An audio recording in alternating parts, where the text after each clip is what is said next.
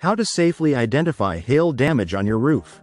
Hailstorms can cause significant roof damage that often goes unnoticed until costly repairs become unavoidable.